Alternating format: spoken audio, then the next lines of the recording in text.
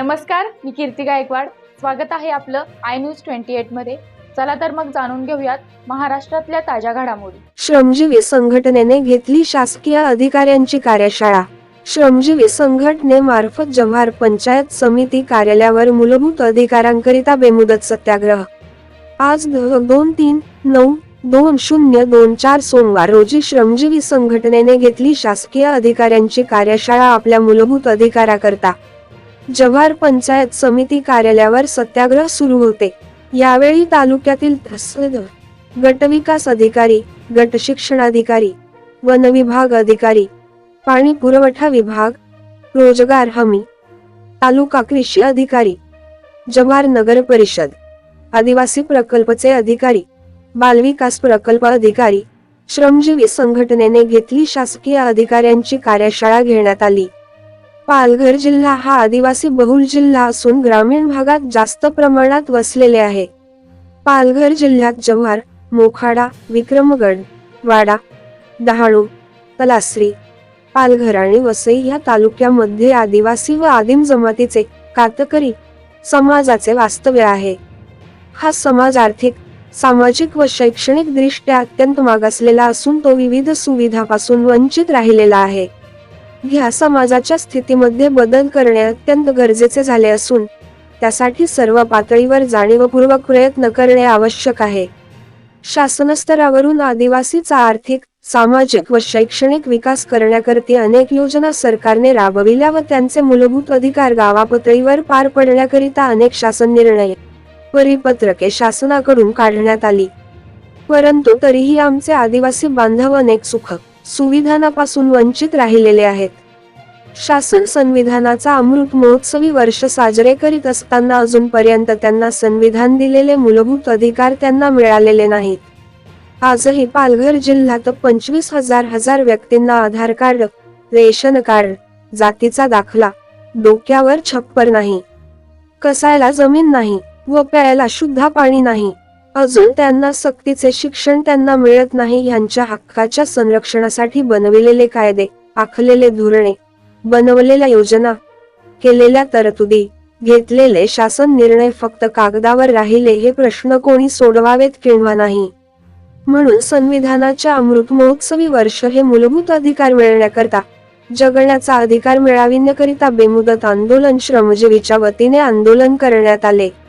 वार्ताहर India news 28 साठी Vishwanath भुवे, Jawhar ब्युरोची report. Line टाकून घेण्यासाठी परवानगी दिलेली आहे, लाईन अद्याप टाकलेली नाहीये. बरोबर. आम्ही पत्रकारांसाठी दिले, पाणी उपलब्ध करून द्या म्हणून दिलेले, बरोबर ना. ती तुमची तांत्रिक बाब आहे. तुम्ही आदेश दिले, लाईन टाकून द्या, पाणी चालू करा, पाणी पोहोचलेलं नाही, तुमच्या एकूणच बोलण्यावरून येते, बरोबर ना. आमचं स्पष्ट म्हणणं आहे, आमच्या आदिवासी बाया जे काही तिथे ऍडमिट असतात, आजारी संघ डिलिव्हरी असेल, त्यांचे प्रॉब्लेम सगळे भाऊनी सांगितले, त्याच्या अनुषंगाने आम्ही पत्र दिले. हे तुमची तांत्रिक बाबतीत तुमची होईल, पण सध्या तुम्ही पाणी उपलब्ध करून देण्यासाठी काय उपाययोजना करीत ते आम्हाला ऐकायचं. तर तोच प्रॉब्लेम सॉल्व्ह होण्यासाठीच आपण त्यांना नवीन 4 इंची लाईनची परमिशन दिलेली आहे.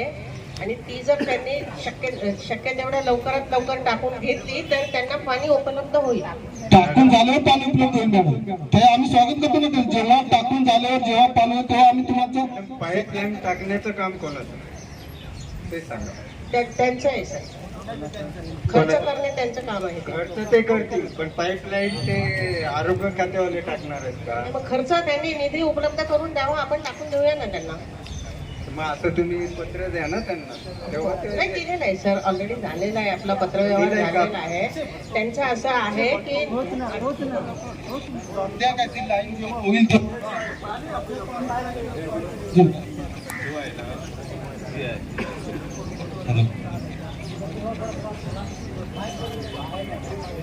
मॅडम, जे आपण पत्र दिलेले ते संदर्भात बरोबर आहे, यांच्याशी मराठवाड्याशी बोलला बरोबर आहे. मॅडमनी कनेक्शन काढून दिले, तेच दिवस जे दिवस पत्र मी दिले तेच दिवस मॅडमनी 4 दिवशी कनेक्शन काढून दिले. याच्याशी मी डॉक्टर महादेव सरांशी घराला लागून जातो सर. वाजत नाही. 11 वर्ष झाले ते शाळेला तिथं. मी जे घर बांधलंय ते शाळेसमोर मी अर्ज टाकून सुद्धा ग्रामसेवकनी काही केला नाही. विचारा ते ग्रामसेवकला, विचारा ते तिथंच आहेत. विचारा केला काय त्यांनी त्या संदर्भात त्यांनी एक तर मला गटर बांधून द्यावा किंवा एक तर पाईप टाकून द्यावा. त्यांचं कामच आहे ते. पण आमच्या ग्रामसेवक ते करणार नाही. तिथं बोलतात नाही असं नाही, तिथं बोलतात. पण जेव्हा त्यांच्या ऑफिसला गेला याला पाहिजे काय ते द्यायचं काय मला? भाऊसाहेब पाहिजे काय ते? बरोबर आहे? भाऊसाहेब त्यांनी तुमच्याकडे तक्रार दिली, तक्रार दिली. त्याच्यावरती तुम्ही काय केलं? ग्रामपंचायत कमिटी बरोबर मी चर्चा केलेली, परंतु पर्यायी जागा नाहीये तिथं पाणी जायला पर्यायी जागा नाही.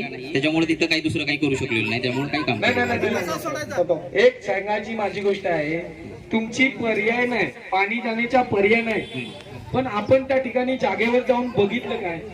बघितलेलं मला माहिती तुम्ही आहे. पर्याय शोधायला पाहिजे ना. उपस्थित कमिटींना पण हे म्हणजे सांगितलेलं, निदर्शनास आणून दिलेलं आहे ते. एक मिनिट, त्या ताई बघा, आज ग्रामसेवकाचं काम काय हे आमचे कार्यकर्ते सांगतात तुम्हाला, बरोबर आहे. आमची कार्यकर्ते किंवा आमच्या बहीण भाऊ काही अडाई नाही. ग्रामसेवकाचं काम तुम्हाला सांगितलं, 2 फेब्रुवारीचा GR तुम्हाला सांगतायत, बरोबर. आता तुम्ही पाहणी केली, तिथं गटार बांधण्यासारखी जागा नाही, बरोबर. शोष खड्डा बांधू शकतो का? शोषखड्डा मग का करताय. नाही केलं? एक मिनिट, मग का नाही केलं? गटार नाही तर मग शोष खड्डा का नाही होऊ शकतो? शोषखड्डा करता येईल ते करण्यासंदर्भात आमच्या करून गटार घेतात. जागा असेल तर जागेसंदर्भात सर गावात काम करताना जागेसंदर्भात बऱ्याच अडचणी नाही, होतात. जर गटारसाठी जागा असेल तर काय? जिथं गावात परिस्थिती अशी आहे की गटार बांधायला घेतलं की तिथं अंतर्गत वादविवाद होतात. कुणीही गटाराचं पाणी स्वतःच्या जागेतून त्या जवळून जाऊ द्यायला तयार नाही.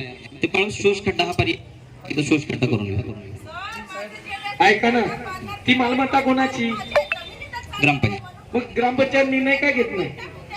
तुम्ही लोकांवर लोटता, लोकांना सांगता, आपण ठाम जर निर्णय घेतला ना त्याचं होऊ शकते. आपली मानसिकता बदला साहेब. भाऊसाहेब मी तुम्हाला सांगतो, मानसिकता बदला. आपण कुठल्या बेसवर आलोय, आपण कशासाठी आहे हे तुम्ही बदललं ना तर ही लोकांची, गोरगरिबा लोकांची तुम्ही कामं करणार, नाही तर नाही करू शकणार. किती दिवसात पाईप टाकून होईल तो? किती? शोष खड्डा किंवा पाईप 8 दिवसात यांनी नाही केलं तर आम्हाला सांगायचं, चालेल? 8 दिवसात तुम्ही करायच्या. आणि साहेब ते वन हक्काचे जे आहे गावचं, तुम्ही एक स्पेशल मीटिंग घ्या.